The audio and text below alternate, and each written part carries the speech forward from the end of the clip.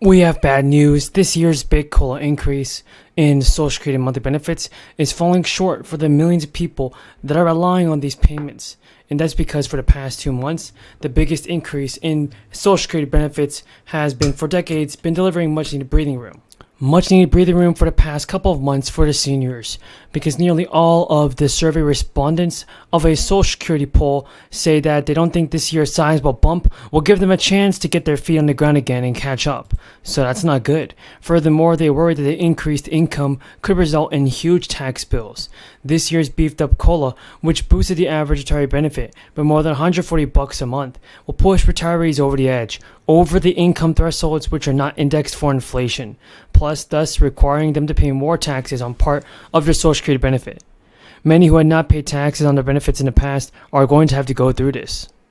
With that being said, a Social Security policy analyst has told Yahoo Finance that even as inflation moderates, it will be more difficult for lower and modest income seniors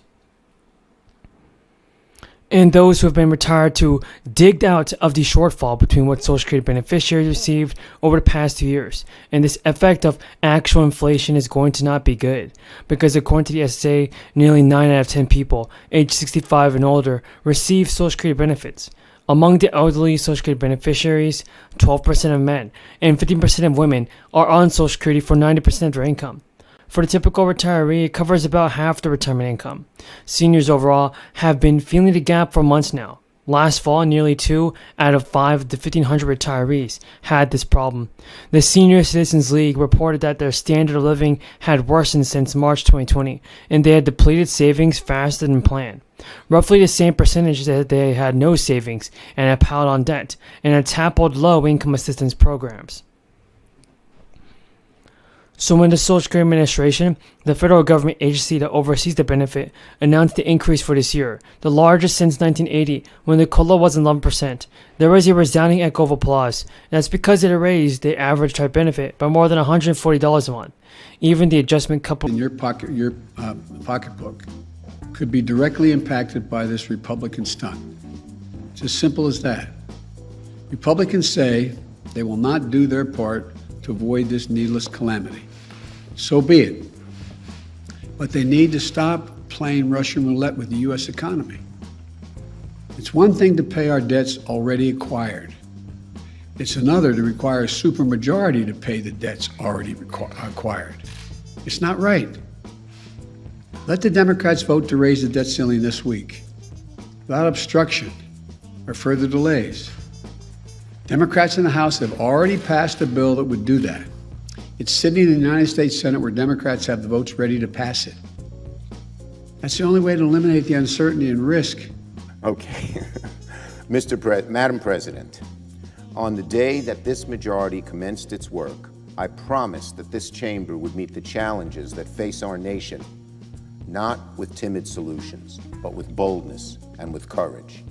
Now, the 117th Congress stands at a pivotal moment in our pursuit of this goal. Over the past few months, both chambers have dedicated themselves to passing 2 transformative, once-in-a-generation pieces of legislation: the bipartisan infrastructure bill and the Build Back Better agenda. Doing big things in Congress is always hard, but we didn't choose elected office just to pursue the easy things. In the days and weeks to come, Senate Democrats will remain focused on passing the agenda we promised, no matter how hard the task. All last week, I held extensive talks with the Speaker, the President, and my Senate colleagues to bring us closer to a final agreement on our Build Back Better agenda. We made important progress, but there's more work to do. So this week, I will continue meeting. So the Federal CARES Act originally gave us an additional $600 a month to those receiving unemployment benefits. Now the supplement was later cut in half. And under a plan from the governor, you can get also a lot of money from this stimulus check. Individuals who make up to $75,000 a year could receive a check of up to $1,000 each. And for married couples, the threshold for a $2,000 check is $1,500. Parents could receive an additional $200 for the rebate check for each child. The maximum benefit for a family is around $2,600. As many as 2.5 million Minnesota households are expected to receive a check if the plan is adopted. The governor wrote out the final chapter of his budget proposal, and he said it's time. Time for Social Security benefits to increase. Time for people to get stimulus checks. I agree. I think it's time for people to get stimulus. Not only that, folks, but listen to this. As part of a 2-year budget deal, $4.4 billion is being sent in extra spending for schools, $1 billion for tax credits, and another one for people in need.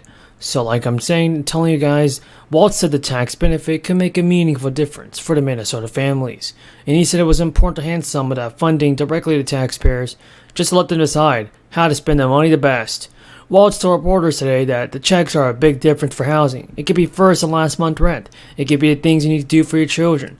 The proposal also included an increase in the state's capital gains tax, a payroll tax to fund the family's program, and increased vehicles to tab the fees. As part of a 2 full-year budget deal, Walt proposed more than $4.4 billion in extra spending. That's $4.4 billion going to people in need. If you can get that stimulus check, that would be great. But I also want to say another thing. Other states like Montana are discussing a new tax rebate payments. Both Republican governors and Republican majorities in the Montana legislature have identified tax relief as one of their top priorities. Lawmakers begin hearing the first set of major tax bills. Some differences have been appearing in exactly how they want to return the money to taxpayers, and one of the main priorities has been a property tax rebate, using some of that state's $2 billion surplus. He's backed the House bill with sponsors from the Representatives Tom Welch, and he initially proposed a rebate of up to $1,000 each. A lot of people can get stimulus this year, folks. Let's see it happen. Let's make it happen, Joe.